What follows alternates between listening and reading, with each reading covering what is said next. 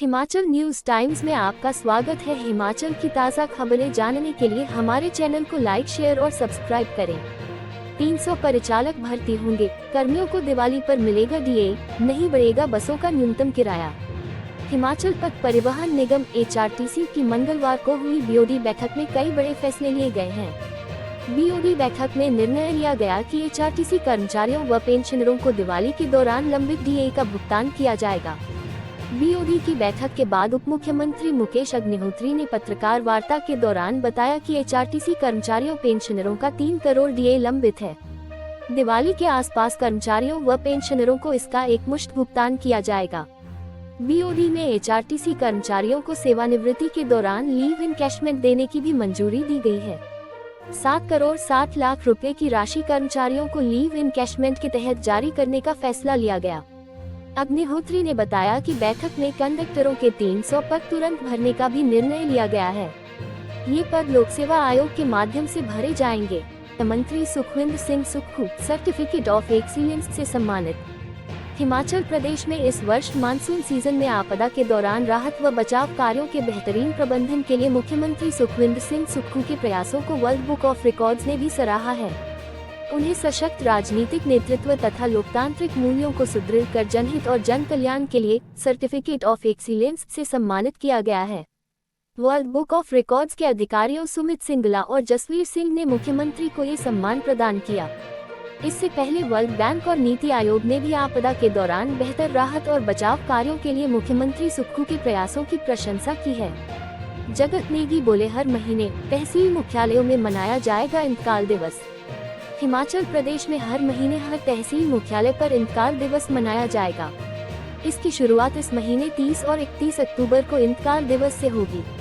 इस दिन तहसील मुख्यालयों पर प्राथमिकता के आधार पर लंबित इंतकाल के मामले निपटाए जाएंगे।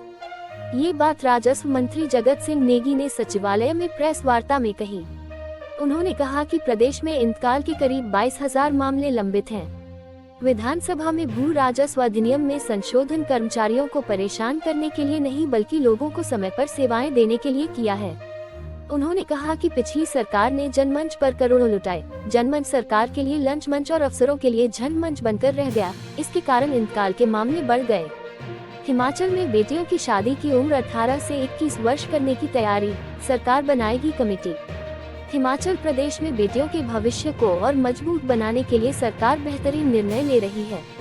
प्रदेश में लड़कियों की शादी की उम्र 18 से 21 वर्ष करने की तैयारी चल रही है। इसके लिए सरकार कमेटी बनाएगी। इससे बेटियों को अपना भविष्य बनाने के लिए और समय मिलेगा। मुख्यमंत्री सुखविंदर सिंह सुक्खू शूलिनी विवि के दीक्षांत समारोह में छात्रों को संबोधित कर रहे थे। सुक्खू ने कहा कि विवि में PhD की डिग्री लेने वाली बेटियों की संख्या ज्यादा है। वही समाज तरक्की करता है, जहां पर सभी को समान अधिकार मिलता है। पढ़े लिखे युवाओं को राजनीति में आगे आना चाहिए। विधानसभा में 92% विधायक ग्रेजुएट हैं। असफलता से सफलता का रास्ता निकलता है। युवाओं को सकारात्मक सोच के साथ आगे बढ़ना चाहिए। शिक्षा विभाग ने 287 PET पदोन्नत कर बनाए DP, तबादला आदेश भी जारी। हिमाचल प्रदेश शिक्षा विभाग ने 287 PET को पदोन्नत कर DP बना दिया है। मंगलवार को उच्च शिक्षा निदेशालय ने पदोन्नति के साथ ही तबादला आदेश भी जारी कर दिए हैं। 30 किलोमीटर से कम दायरे के क्षेत्रों में स्थानांतरित किए गए शिक्षकों को 1 दिन और इससे अधिक दूरी पर भेजे गए शिक्षकों को पद ग्रहण करने के लिए 5 दिन का समय दिया जाएगा।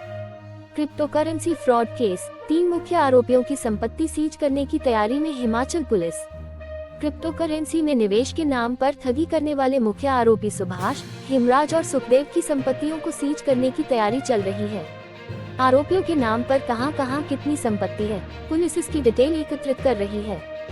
संपत्ति की पूरी जानकारी हासिल करने के बाद सीज के लिए प्रक्रिया शुरू की जाएगी।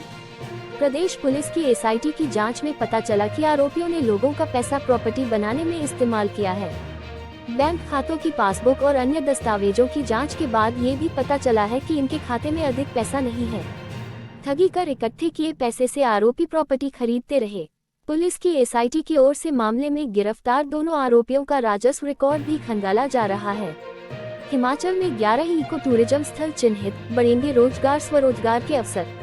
मुख्यमंत्री सुखविंदर सिंह सुक्खू ने कहा कि प्रदेश सरकार राज्य में इको टूरिज्म को बड़े स्तर पर प्रोत्साहित कर रही है।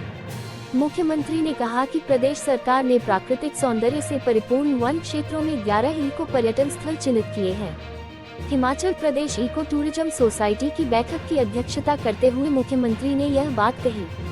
मुख्यमंत्री ने कहा कि इनमें पालमपुर वन मंडल में सौरभ वन विहार, न्यूगल पार्क, बीर बिलिंग, पार्वती वन मंडल में कसोल, खीर गंगा व सुमारू पार्क, सिराज में सोझा, कोटगढ़ में नारकंडा और शिमला वन मंडल के तहत शोगी कैंपिंग स्थल व पॉटरहिल कैंपिंग स्थल शामिल हैं। उन्होंने कहा कि प्रत्येक इको पर्यटन स्थल 1 हेक्टेयर क्षेत्र में विकसित होगा। राजीव बिंदल बोले, कांग्रेस नेता हमास का साथ देने की कर रहे बात, यह अत्यंत दुखद।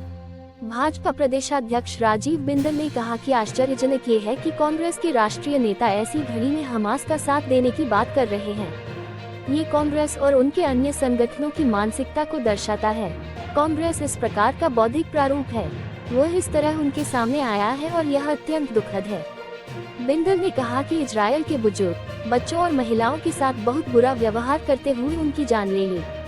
इजरायल ने मात्र हमास के खिलाफ एक लड़ाई लड़ी। बिंदल ने कहा कि कांग्रेस राष्ट्रीय स्तर पर शून्यता के दौर पर जाती दिखाई दे रही है। कांग्रेस के वरिष्ठ नेता मणिशंकर अय्यर हिमाचल आए हैं और उन्होंने कसौली के एक कार्यक्रम में भाग लिया। उन्होंने निंदा की कि भारतीय सेना को पाकिस्तान के ऊपर सर्जिकल स्ट्राइक नहीं करनी चाहिए थी।